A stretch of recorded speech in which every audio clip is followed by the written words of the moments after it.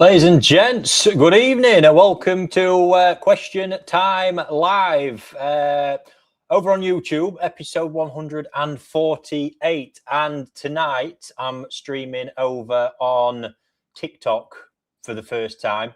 Got it running next to this. So hi everyone on TikTok. I can see a lot of people joining in already. I have no clue whatsoever about streaming on TikTok. I've just got it set up. Fired it in.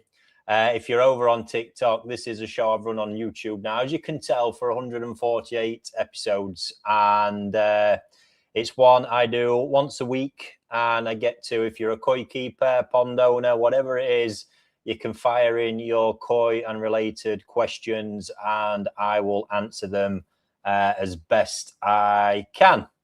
So that's how that works. You guys over on YouTube are very familiar with that one. And yeah, I do my best to answer everything. I'm here for an hour.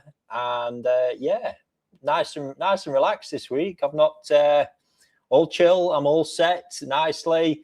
So happy days. I've got to say, I don't actually know how to, if questions come through on TikTok, exactly how to get it. There's so much going on that screen. It's rather distracting. I don't know how people do it. So anyway, I'm here. I hope you're all very well. We've had that spike in the heat wave again, haven't we? I can see lots of questions in here, just bits around feeding and bobs and bits and bobs again already. So yes, it's going to be a good episode. I think I've got a few bits to run through as always every week and. No, see, they're going to that's it. I can scroll back through on there. I've got it, folks.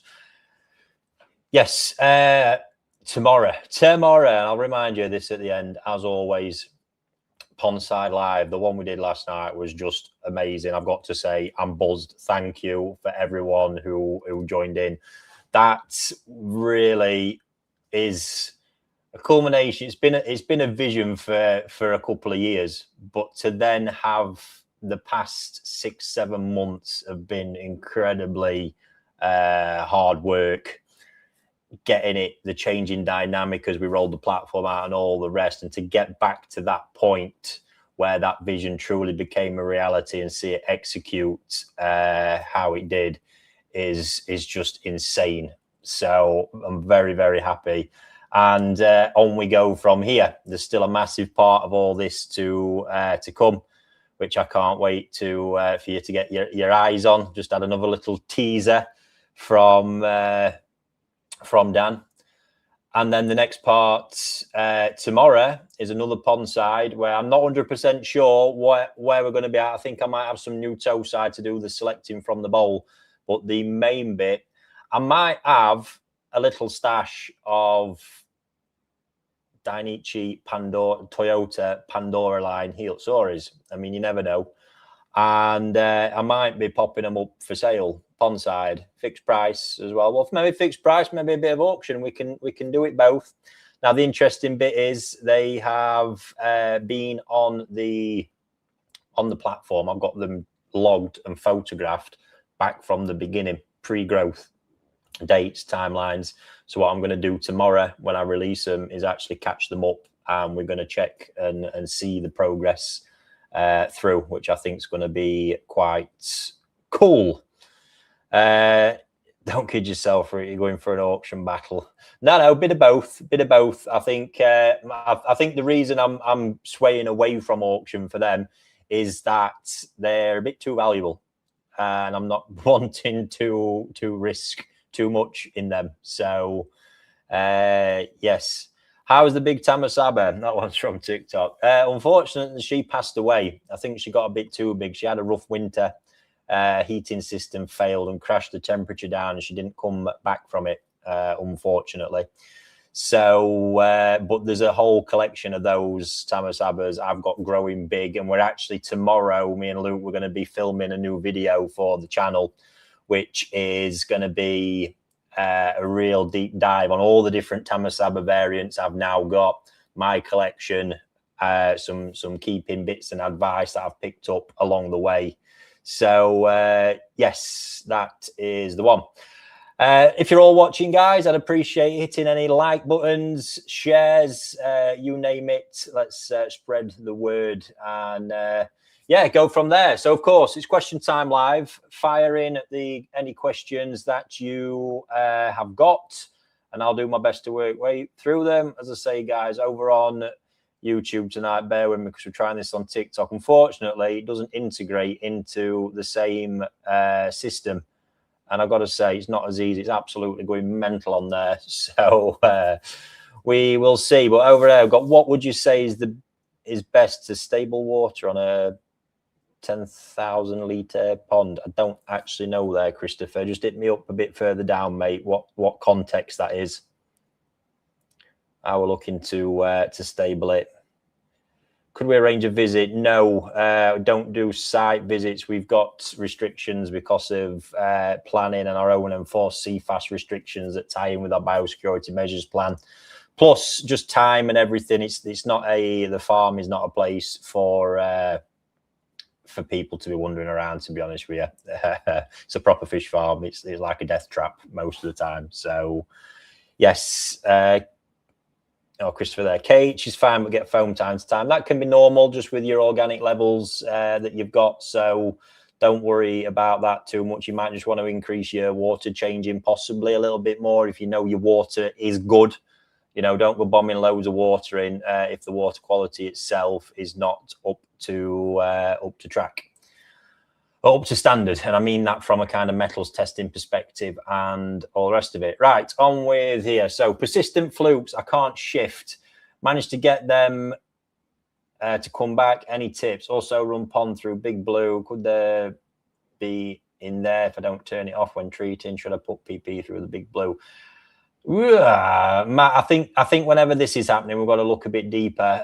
What we're calling persistent flukes more than anything. So no, I don't think they're going to be living in there. To be honest with you, it's more: is there a persistent stress event in the pond that's triggering them to come back? Are you actually fully clearing the flukes? Is there a fish that's more, one fish that's potentially a weaker fish in there that's part of the issue? That is really the questions you want to be asking. You've got to look a hell of a lot deeper into it than just, oh, I've got everything running. Yes, if you're running the Big Blue through, but again, if there's a problem there you're not aware of, that carbon will expire at some point. It's hard. It's all right just whacking stuff on, but it's nice to have information. So it might be worth just running your metals test first of all, the Avario home test, to see if there's actually anything in the background of your water.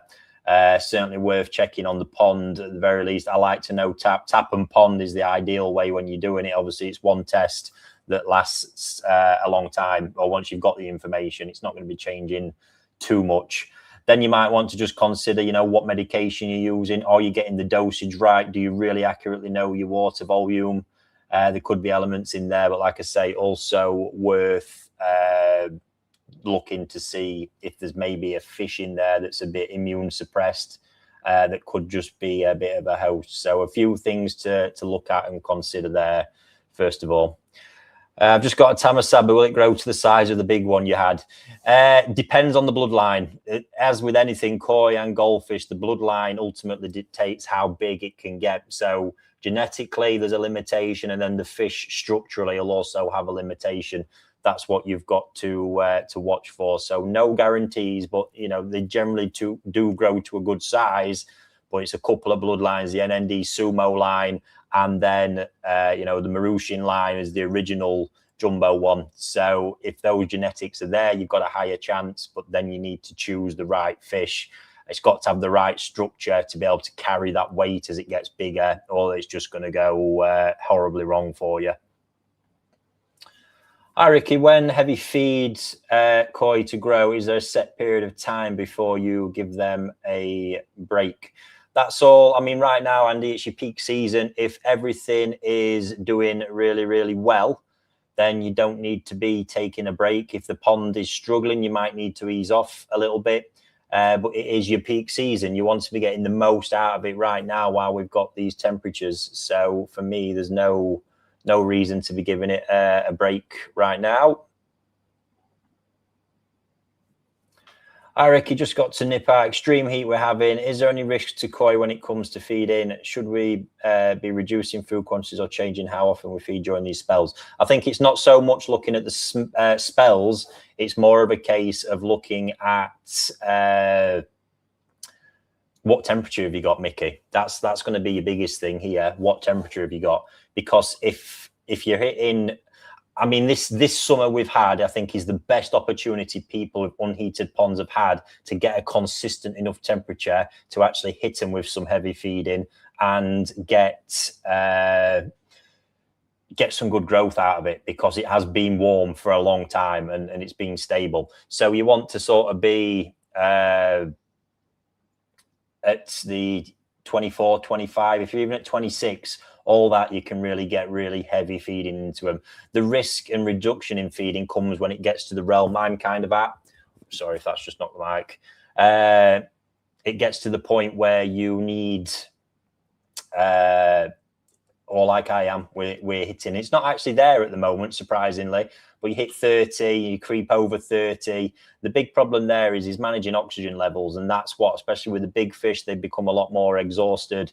There's a hell of a lot more to it at that point. So gauge it on your temperature. Also gauge it on the fish. What are they doing? I don't just naturally take precautions. I see what the fish are doing. If all of a sudden what they were eating drops off massively and I see the temps right up, then naturally I do ease it back. The thing you've got is as well, that when it's warm like this, you do really want to be getting a good amount of food into them, because they'll naturally just stretch out if you're not. So you need to get the right amount of feed when it's warm to actually build some volume as well. Otherwise, they will just stretch out, like I say. Right, apparently, no new followers on TikTok from this yet. If you are new to it, folks, get following along. But I'm just going to have a look on there now, because obviously being male, multitasking is not one of my biggest fortes. But questions coming from everywhere. Just have a look. Oh, and something's going a bit weird on YouTube. Can low KH make them flash? Not necessarily a low KH. It's what a low KH can do, though. So you might be getting a bit more pH fluctuation than you might typically get. Also, if your KH gets too low, what you can tend to do is get the nitrite and biological filter performance dropping off a little bit as well. So bear that in mind. What's the biggest koi you have? I think she's about 80 over here, 83 centimeters at the last time of checking. Big Sankey. Crikey. I need to see if there's a cleaner way of doing this. Best growing secret. There we go. The first one's get the right food. 100%. Get them on Saki Akari. The thing is unbelievable alone. Just absolutely gets it flying. And then get your water up. You know, heat your water. Keep it stable. 24, 25 degrees. Plenty of oxygen. Good filtration. And hit them with Saki Akari consistently through an auto feeder. And your fish will fly without going into it too deeply. If you have a look on my YouTube channel, there's actually quite a few videos on the topic, so you can have a deep dive. I've got a koi with pink round waxy spots on the body and fins for months, doesn't disappear in heat. Yeah, so there's loads of papillomas that generally cause, which I think is the terminology for the white poxy lumps, but there's different causes behind them. Pox is one viral form that creates them, but there are other ones and they can be really stubborn and resistant, and there's not actually too much you can do with it. It tends to be when a fish's immune system slightly compromised, and it would be along the lines of kind of nutrition, steroid injections and stuff like that to help try and shift it, but with no guarantees. Hi, Ricky. Summer sunshine is fading with Sumi on my Showa, but not on Sankey or Shiro. Is this typical? So they're all genetically, I'll take the Sankey out. Obviously, the Shiro and the Showa are genetically quite close. So I would expect that with the intensity that we're having. But then you've also got different types of Sumi and how they'll react in this light. and heat intensity. It's not just a blanket by variety there, fish by fish, sumi type by sumi type. So yes, I think what you're seeing is not typical that it's just the shower, but it's typical across different sumi types. It doesn't perform the same. Sumi is really one of the most complex colours out there. Hi, Ricky, I'm curious what makes a mature system so much more effective, stable from a biological filtration perspective than a newer one? Let's say 6 months for a new and 2 years for an older one. It's literally just time for bio film development. I mean, I'm no scientist on this stuff, but it takes time to establish the colonies, the bacteria groups, the ecosystem. Biofilm has to grow. Biofilm becomes thicker on your biological media, and at that point you've got more bacteria. Conditions need to stabilize. Obviously, a new pond goes through all these different transitions as that hideous first fill of water. Even when it's dechlorinated, it's just there's nothing there. There's no ecology to it. So it takes time to build up everything living in that water, the rotifers, everything that is part of the ecosystem. All takes time, and 6 months is not a lot. You can just about have to stick 6 months, depending on your water temperature, establish the nitrogen cycle properly, and the rest needs to come from there. Sometimes you can't fully stabilize it and establish it if the water's off. I mean, if you've got a pond that's absolutely got horrendous copper levels, you're always going to have an environment there, because copper kills so much in water as well as damaging your fish. So, but generally, it's just time for biofilm development and ecosystem establishment, and it's no quick process. Yes, smash a like if you're over on TikTok or YouTube and you don't, hit that subscribe or follow button. It means a lot. Marie, hi Ricky, hi all. Have you heard how they're over in Japan following the earthquake? As far as I'm aware, Niigata's not really been. It got the guys down on the right down south. Not too many down there. I have a lot of direct contact with. But yeah, pretty severe one. That country is just absolutely mad for it. Robert, good day from the USA. Ricky, don't want to hear about the heat. I'm Southwest Florida and it's 95 to 105 Fahrenheit every day. Fair enough. Fair enough. Yeah, but we Brits, you know, if we ain't moaning about the weather, we've literally got nothing else to talk about. So, yeah, there we go. Mike, I've noticed my fish moving from a black liner to a blue liner. The colors look different, or is it just my eyes? It can do. It's a different color pop. You sumi might have a different reaction there as well. The melanin in the skin can sometimes sit down against that blue base because it can actually stress them a little bit weirdly. So so there we go. Christopher Young over on TikTok. I know my IBC tank, I'm 22 stable. My unheated pond sits at 18 to 20. So that's what I mean in regards to temperatures. If it's still only 18 to 20 in this weather, get some bloody food down them. Absolutely pile it in. Oh, sorry, not that. 18 to 20, no. If that's the case, 18 to 20, I'm shocked given the temperatures we've got. That's all it's getting to ambiently. I've got it a lot warmer. Admittedly, they're undercover, but not indoors like the greenhouses. So I'm surprised that it's not warmer, to be honest.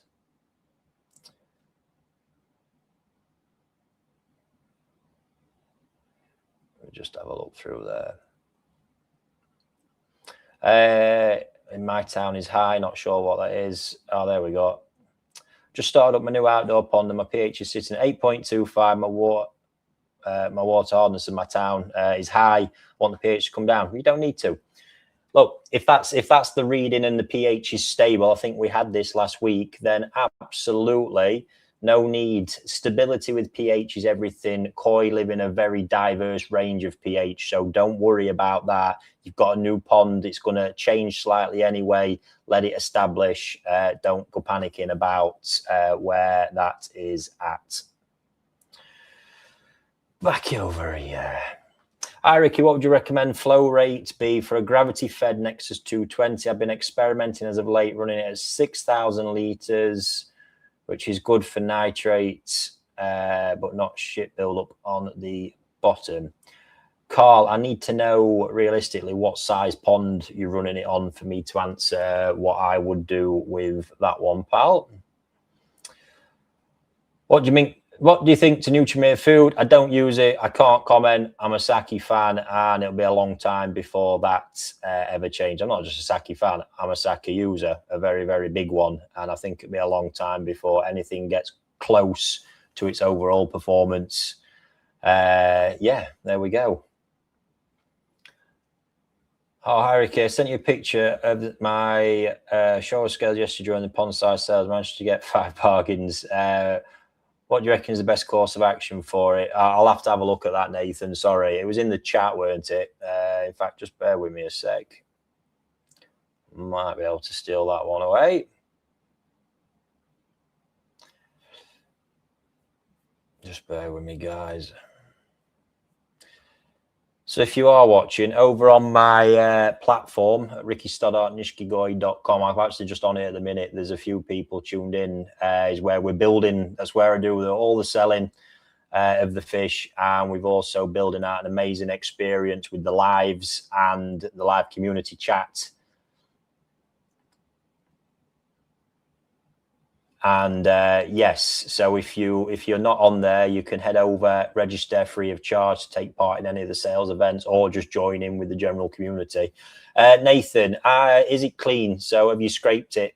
It looks like just very mild aggravation, and if there's nothing on the scrape, just something like some iodine, some tamidine, or something like that, looks like it would get that sat back down. But you need to make sure there's no parasites on that one. What's TikTok doing to me? Well, there we go. I didn't realize you could get that view. Hey up, Ray. Any tips for keeping Asagi and Shisui heads Shiroji clean? Well, if you're trying to do it this time of year, I think you're pissing in wind a little bit, because this is the time, get that growth food down and get some color food down them, and then just naturally a change of diet, change in pond conditions in the winter, providing the potential within the head Shiroji is there, it will clear up. So don't panic too much. It will clear up at some point. The only time that might not apply is if you've got a that's a male fish that's genetically strongly male. They can develop that sort of yellow undertone that can be hard to shift because genetically it's there. Flaring gills or other common deformities, what would cause this? Would it be down to genetics? There's a variance of opinions on this one. Some say conditions. However, I've subjected fish to a lot of fish to the same conditions over years, and I think it's more genetics from what I'm seeing. I did quite a bit with the Marido Karashis last year, and I thought, it was an intense environment they were growing in. But I actually, when I was at Marido, I think in December or whenever it was, I'm sat looking, and he had the same thing going on quite a lot, and they'd have been mud pond raised, so. And I had a chat with him about it, and he thinks he's not 100% sure. I mean, that's Hisashi Urasawa. He's one of the bosses of koi out there. And I don't think, he thinks it's genetics, and he doesn't know how to fix it. Looking on, it's been a little bit more prevalent in some of the Sakai fish. Now, some of the Sakai lines have Karashi blood. Does it go back to them? Because it was quite common in his Karashi. Is it something there? There's a lot of Karashi blood in Go Sanki these days in general, so it could be a bit of anything. But I'm leaning more towards genetics, and then whether environment, if the genetic potential's there, environment encourages it more. Who knows? But yeah, that's my thoughts on it at the moment from my first-hand experience. Carl, regarding the Nexus pond is 8,000 litres. Crikey. So you are really, really well filtered having a Nexus on 8,000 litres. I mean, well done there, Carl. But yeah, I think you're right. I mean, there's going to be I think in your case, weirdly, because it's a smaller amount of oil and you've got such a big filter, I think you could get away with running that around that 8,000 litre mark. So, or maybe a bit more, because once an hour, if you headed for that, I think it would help you.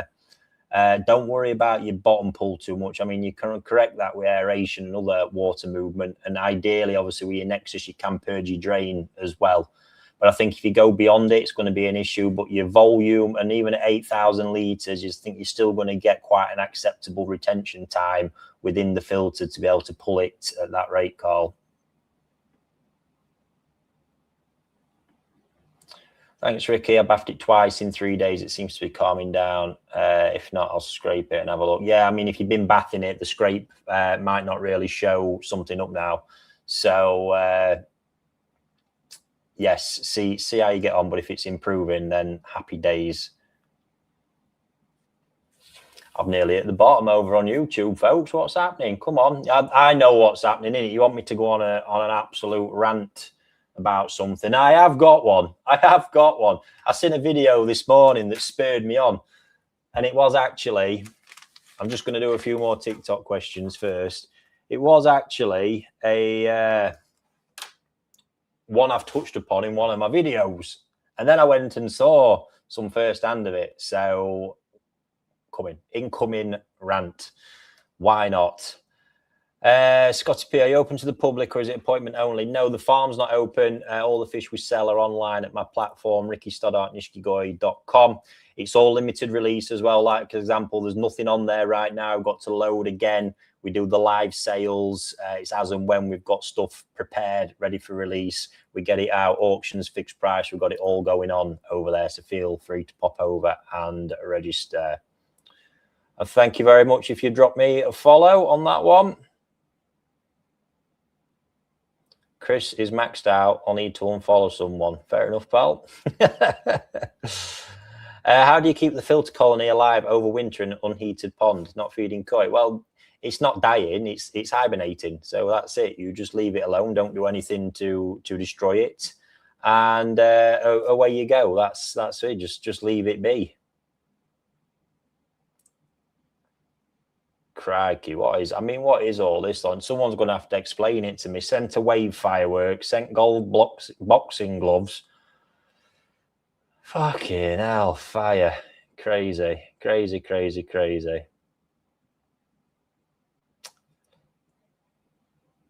So hard to track on here. Can algae treatment, oh my God. It's doing me tits in, to be honest. Can algae treatment cause fish to lose colour? Depends what's in the treatment. So yes, I'm not 100% sure.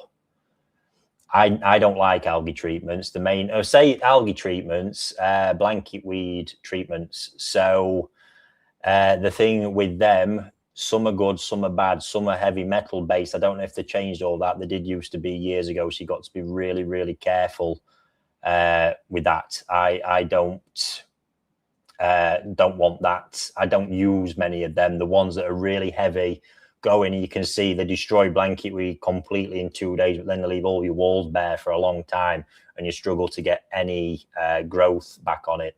So yeah, that's not the one. I've always used Colombo Algacin for blanket weed. If we're talking algae green water, I stay away from them because the rapid change when they do work can really fuck around with your pH, and it's quite dangerous. Wow, some daft shit on there as well. Right, next one.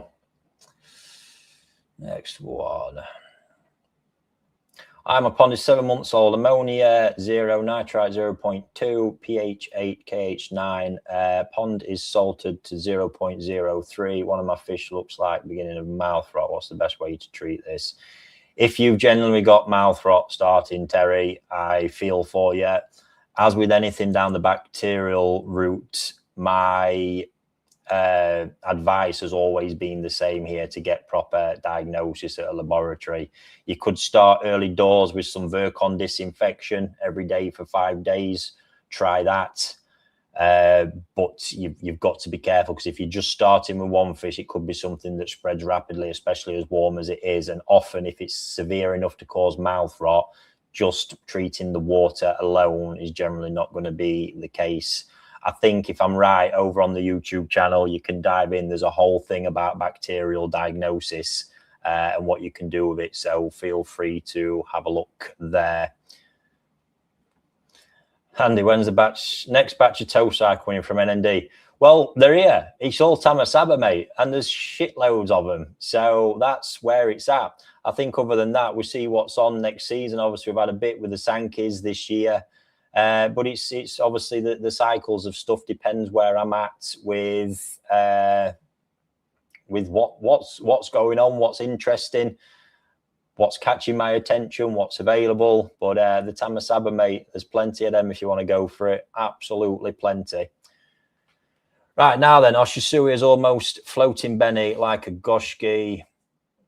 Oshisui has an almost floating Benny like a... Is the background creation linked? You're right. I mean, that's going way back in family tree, and I can't recall that. So yes, who I was literally, funnily enough, I was looking at it in my Nishikigoi Mondo book this morning, but I can't recall it. There was some interesting link ups on there, so I tell you what, I will have a look. I'll have a look. Right. Anyway, before I do any more of them, let's have a little rant, shall we? So this morning I was watching, I was flicking around on YouTube, and it must have been listening, because we got a little video come up, GRP lining services, and I don't know the guy. I know I've seen his work. He's on YouTube. He's very credible in that space, just as the guys, you know, the likes of Easy Pond and Denby. Denby's my go-to guy. I love Paul to bits with his fiberglassing, and it's not until you actually speak to the man about fiberglass and like, fucking hell, like a mad scientist. So yes, that is that one. Oh, that's just someone just explained on TikTok. The gifts law, you exchange them for money. Fucking hell, that's brilliant. Never do that. I'll go have to read up on it. Oh, no, over there. Yeah, I'm watching it. So you might remember a while back, I fitted a box weld liner. First time I've actually had a box weld, always used standard rubber liner and folded it really well because my old man's a bit of a ninja at it. And I was just obviously praising there the fact that how good they are, you know, phenomenal finish on them, really. Very cost effective as well. And safe, because it's just a rubber liner. There's nothing it can leach, cause you any issues or anything like that. They last a very long time installed correctly. And I mean, good suppliers, I think they come with, it's known as a lifetime guarantee. It used to be 20 or 25 years against any welds and stuff on it. So that was all good. And I went on a bit of a rant then about fiberglass. So it's your pros and cons. You might be deciding what to do as a hobbyist, you know, which route to go down, all the rest of it. Now, fiberglass does, it's when it's done properly, it really is, it's an amazing finish, don't get me wrong. And once it's done properly, it's safe and it will last a lifetime, guaranteed. It'll add strength to your pond. It's another layer of that kind of anti-bloody bomb destruction. It's madness.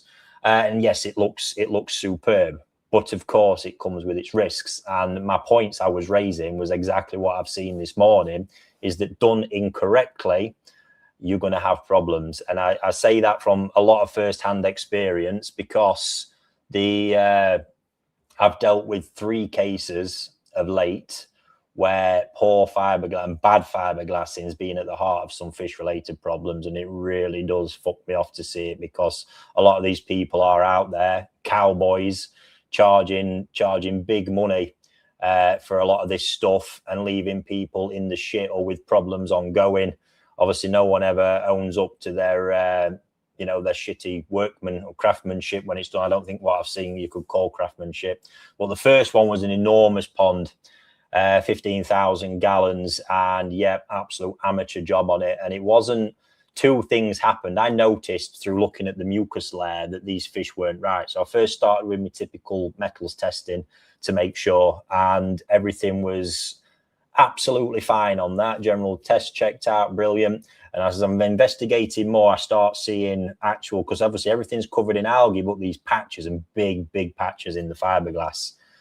And this thick mucusing on the fish, and don't get me wrong, they looked healthy enough, but there was no luster. And that's because the mucus is not healthy. It's going slightly opaque, causing that matte look to the fish rather than getting the nice shiny skin. And when I carried on investigating, I found then all of a sudden the trickle that had been set up on the pond by a guy looking after it previously was absolutely flooding water through this system, for one.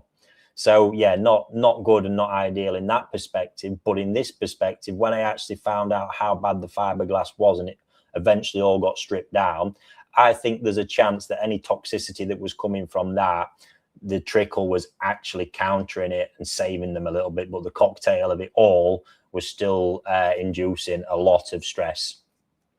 So yes, it's a big one. And in the end, I had it re-fiberglass. Paul at Denby actually did it. Cracking job. It's been fantastic ever since. You know, got it all sorted out. Happy days. We had Joe from last week who came in. His case I sort of got involved in, and same thing, you know, aggressive sort of pinking up of the skin, really aggressive flashing all the time. And I'd get all the usual tricks, testing, a little bit of presence of metals, but we'd put all the stuff in to counteract that. The recirculating carbon system on the pond, you name it, it had the absolute whole shebang. Should have stopped the problem. And it was a little bit, there'd be spells of good, but the fish always throughout never looked like they were going to die. It's not like they had severe parasitic illness. It was just these odd behaviors, and it was driving him mad. And in the end, I asked to look at, you know, how was the pond sealed? Let me have a look around. Can you see anything odd? And there was these dimplets all within the fiberglass. And sure enough, when he eventually did get, took me a while to convince him, but when he did eventually get it stripped off, top coat peeling off for fun, fiberglass not properly cured, therein lies a problem once again. And got all that jet washed down, sorted. Guess what? Fish have been fantastic. That's a guy that we nearly lost out of the hobby completely because of that. Company who did it, not their fault, obviously. They did a fantastic job. I think they wanted to charge him a fortune to come and re-top coat it. Fucking blows my mind, it does. And then I stumble across this. Obviously, there's been there'll be one or two of late, and then, you know, over time, it's just been a common one.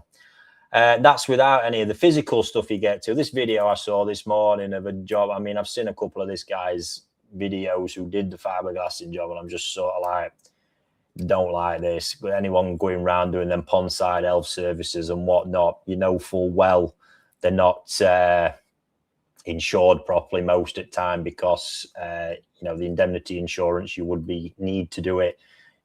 There's only vets out there generally have the qualifications.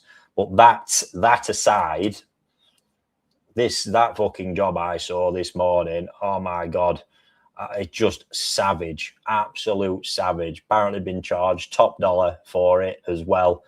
And I mean, the not only all the chunks of, you know, fucking things that would have been scraping fish to pieces, when I read comments, apparently were, as well as the water leakage and everything else it would have done. It is just, it's not acceptable. It's really not. I know it's not too much of a rant, that one, but it's just shit to see. So I really want to point out, obviously this really depends where you're at budget wise. There's absolutely nothing wrong with either. There's no wrong or right choices, but I think I'm getting to the same conclusion that, like with your choice of lining, and even if you're going down the drum filter route, then your choice of drum filters, it's all the more expensive premium options. But if you're getting to the point where you're pushing it into that bracket, you know, I think you need to be re-looking and really looking towards more a case of, you know, maybe looking at the right option that you can max out on within your budget, rather than coming into drum or say fiberglass and going entry level because one of these cowboys is prepared to do it 500 quid cheaper than one of the right, you know, the pro guys or stuff like that. I'd avoid that like the plague. And I think with the drum filters, unless you're going to go for one of the top options like the Oaza, I think you stay well away from it as well. Did see, I'd had on, obviously over on TikTok, I had a drum filter rant the other day. And I mean, Burton's were getting a lot of praise. I've not got any first-hand experience, but there was coming up a lot. It's not something I can't recommend it. I've never used it, but to be coming up that much, they must be doing fairly well. And it's like I say, my own confidence in the ORs one is growing week by week with the one I've got running here. The other ones, yeah, I'm just ready to take and hammer or chainsaw straight through the middle of them. So there we go. Currently trying to redesign the system to compensate around it. I have 2 UV lights, but my algae is crazy a lot. Not so much stringy as it is clumps. Or water's not green. So if it's not green, your UV lights are doing the job. Your clumps of algae might be that you've potentially used something like one of these super aggressive blanket weed treatments. I called it black algae. So it turns it like into a sheet. It's just dead, absolutely dead. And as it starts regrowing, it just dies and you get all this horrible, like black flaky jelly in your water. It's pretty vile, to be honest.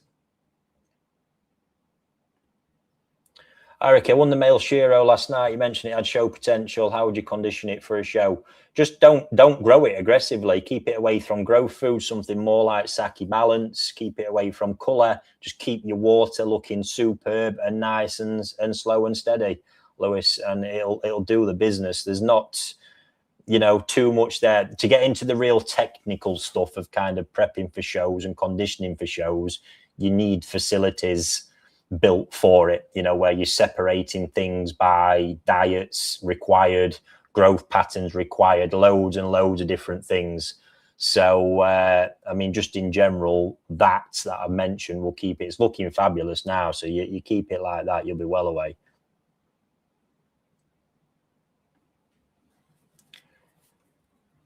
Can you put too much air in your bottom drain? Yes, I mean, in the sense of we don't like that massive cascading current up can be really disturbing. Any aerated drains I run, it's not many. I stick with that one directional flow pattern. Any absolutely firing up, you will tend to find can be disturbing. It's also a waste because all them big bubbles that are carrying anything, and not forgetting, it's not like pure oxygen you're pumping in here. It's only 20% of the atmospheric air that you're popping in. But as soon as them big bubbles reach the surface, they pop and the gas actually dissipates at the surface. So it's more obviously that the air pump is circulating and increasing surface area for air to get in at the surface. So you just don't need that much. Any aerated drains, only a couple here, they're just literally fizzing out the bottom, and we shove most of the air through the filter, or using air bars just at one end of the pond. That also creates a pretty fierce current as well. Do you envisage any in-person events returning at the retail unit at any point? Yes, 100%. We've got a few things we've got to get ticked off and done, and then we are moving to our next ones. May begin with a letter T, that breeder's name, and end in Aniguchi. I think the writing's on the wall with that one, but there's a few things we've got to get, and then just decide on format. But yeah, I think we're long overdue a meet up at the unit. Well, it's been busy. I've got a couple of fish with pink fins and underside. What could cause this? I've done water tests and they're all good. Check for parasites first. That's going to be the next step for me. You've got to eliminate that before you progress any further. Oh, there's a good one coming. What's the best way to get over a breakout of aeromonas? Yeah, crikey. If you're in the middle of it at the moment, you're going to have to get diagnosis, ideally laboratory diagnosis, and get them on antibiotics. You've got to get the antibiotics in there to truly stamp that out. Otherwise, you're just not going to do it.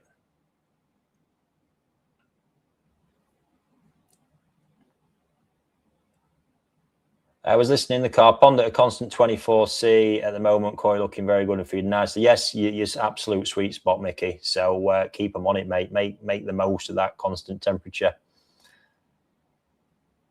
How are the baby angels? Oh, Ray, they're knackered, aren't they? They're fucking at them. First feed and first feed fucked it. Absolutely fucked it. They went absolutely wild and at the babies.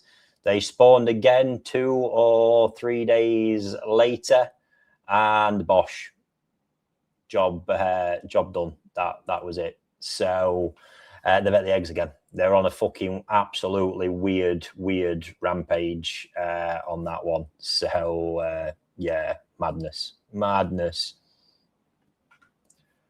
Have you got a favorite type of koi, or what is your pride and joy of your main pond? Oh, it all changes, Nathan. It really does, mate. It really does. Favorite koi at the minute, I am massively loving my Miss Toyota Tatigoi. They're a big one, and crikey, got to probably say still me. There's a couple of me big Nisai golden corns that I'm raising that are really, as I'm looking at them coming on now, they're at that exciting bit where they're starting to show, and you're wondering, boom, what the hell's going on. So yes, I would say that.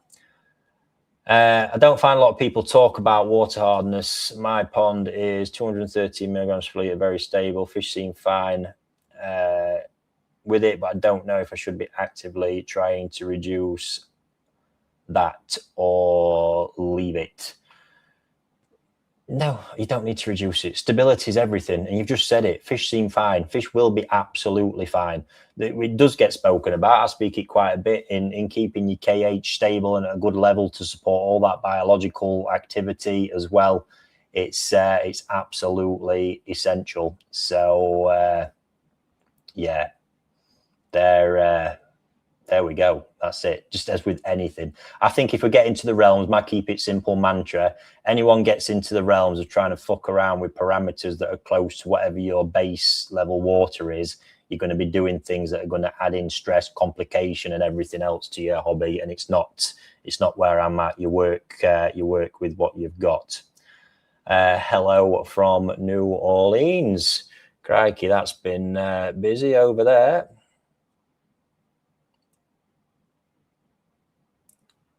This is a fun one over on TikTok, I must say. How often do you clean out your ponds? That depends what system it is. Intervals on stuff that's not automated is done once or twice a week, something like that. So yeah, that's where they're at. I think you need to look at the loading, what system you've got. The more efficient you can be, we can't. I mean, there's just shy of 50 ponds in operation at the minute. By the time you've gone round them all, you add that twice a week, it gets mental. Obviously, the drum filtered ponds are more automated as well, but you need to be at least once a week on your maintenance. During the summer, as feeding's heavy, twice a week. I can't see any issue with that. Barb Nation became the #1 fan in the fan club. I didn't even know there was a fan club, pal. Got a lot to do on this.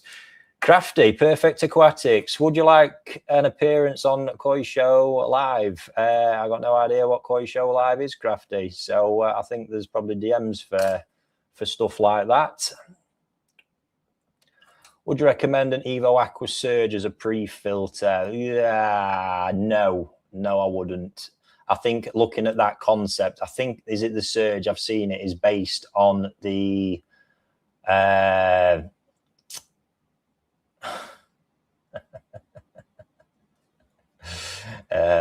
not going into that. AC Koi, brilliant.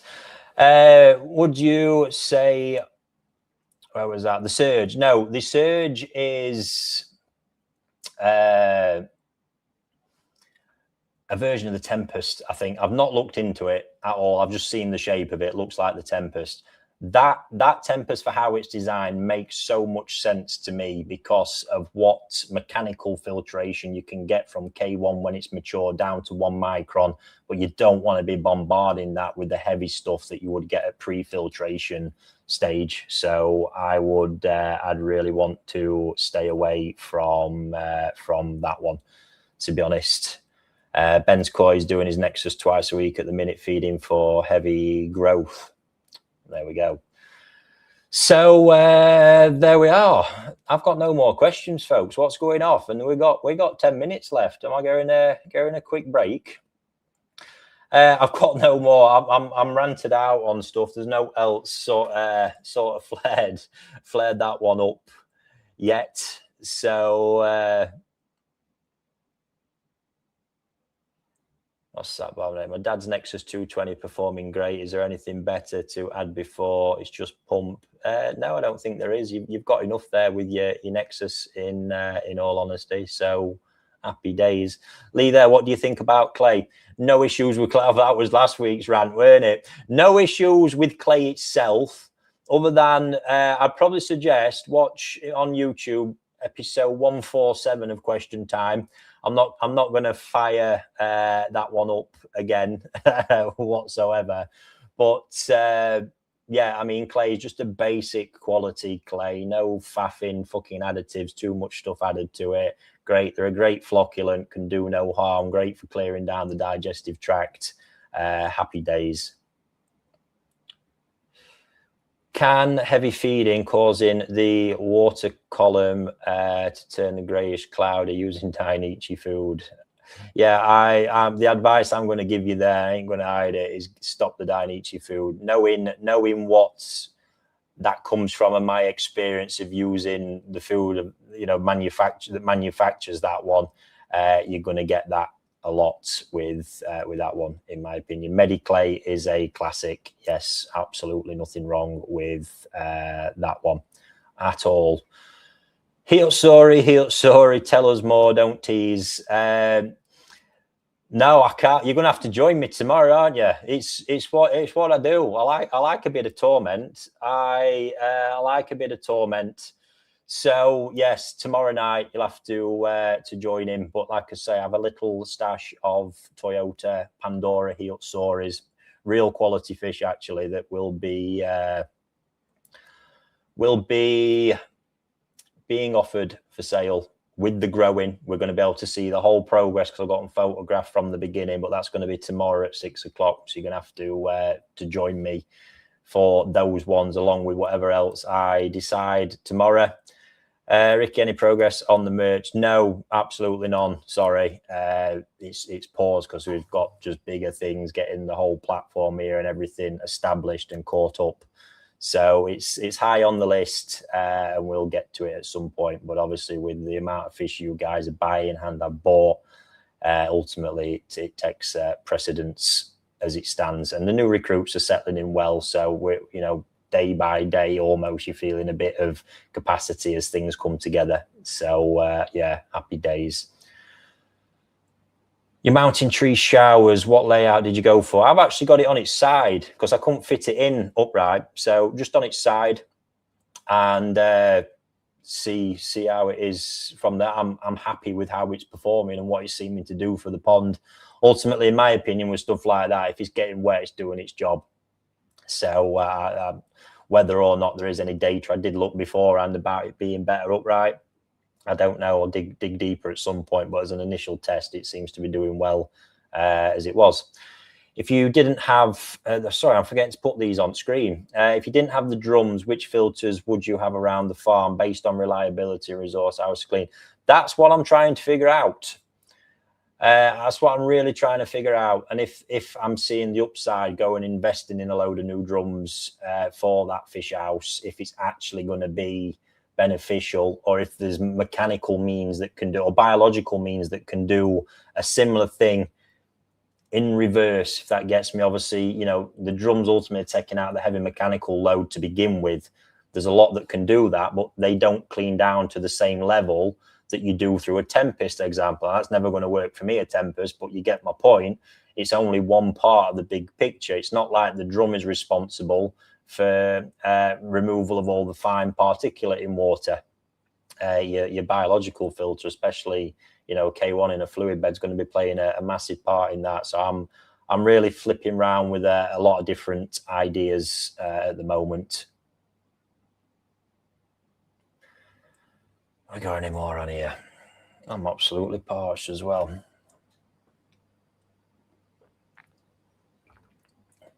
That one's been coming up on What's that? Benjamin on toast. I had awesome. He keeps barbs. I think his spanner barbs. Well, yeah, I've not realised my fish tanks in background there. I absolutely love my barbs. Fascinated with them, and I've got almost just about everything going. A couple of spanner barbs in there, red line torpedoes, true Aurelius barbs as well. They're looking good. 5 bandeds. I can't even remember the name of them ones with yellow band on. African banded barbs in that one as well. And in my tank at home, I've got lemon fins, melon barbs, fucking you name it. They're all over the place. Slight little obsession with them. So yeah, class. Sorry, I did just see one about ulcers. It's come up quite a bit on TikTok, that one.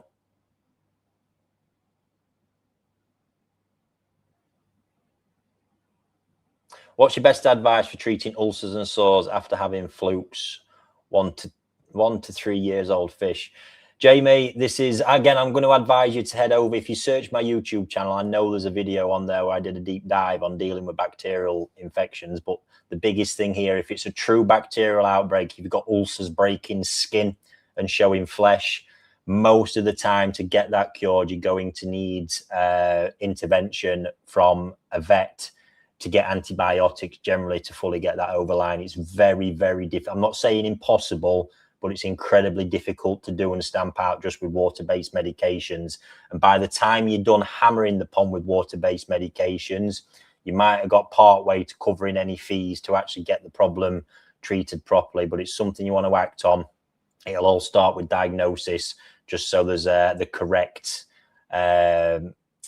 thing is set up for sensitivity, correct antibiotics found, because it'll be sensitivity tested against whatever it is that they find. So there it is. And one last one from here. What percentage of sake colour should you add to balance? So if you're nice and warm as it is, it will depend. As a general, if you've got a general mixed pond, around 25 to 30% shouldn't impact stuff like shiroji and bits and bobs and stuff like that. So there we have it. That'll be banging.